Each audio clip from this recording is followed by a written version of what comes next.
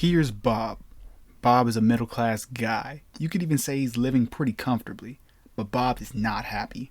Bob wants more money, so he decides to make a commercial video game. Miraculously, the game succeeds, and Bob makes a Bob-billion ballers. Bob is a fool, and an idiot, and a wrongy dummy doo-doo head.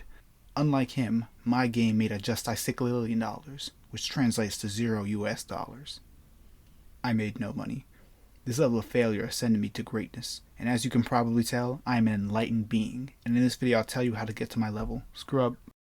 Number 1. Don't do market research. The first thing you're going to want to do when you make a commercial game is to find out who's going to buy your game.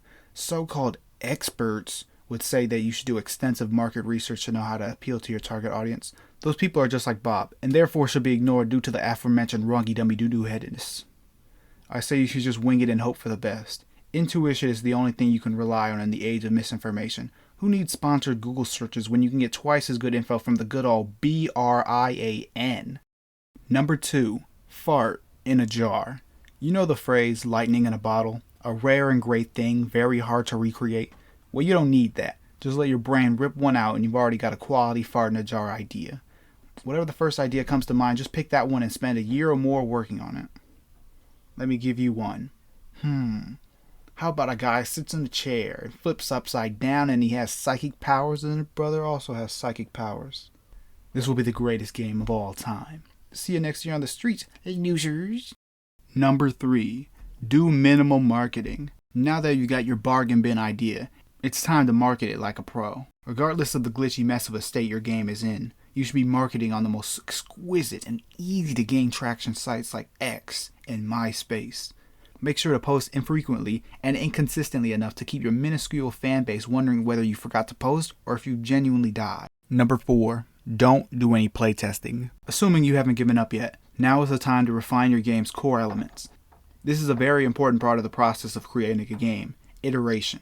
And it's important to not let any idiots mess it up for you. So keep this simple rule in mind. Everyone else is stupid, and my vision is best. Boom. Now you're immune to the haters who ask for too much, and you can focus your attention on the person who matters most, you, the developer.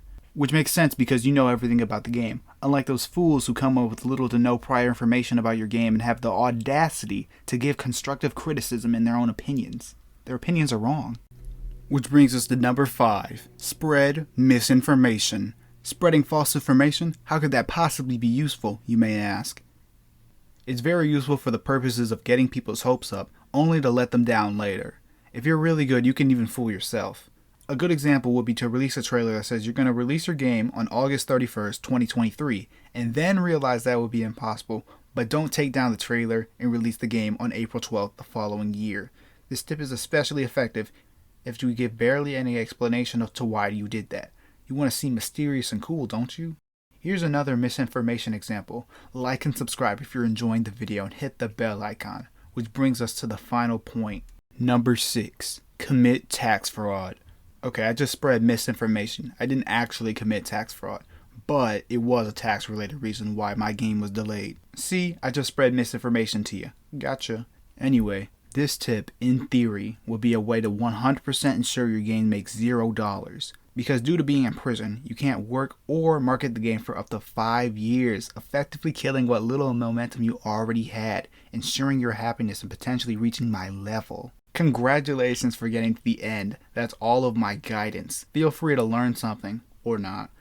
This is about as close to a post-mortem video I'll ever make. Remember to like and subscribe, and every one of those subscriptions sends me closer to success, making me less happy. But I bet you like that, wanting to see a great like me fall, you hater. But do what you want. I'm gonna make another game. Bye.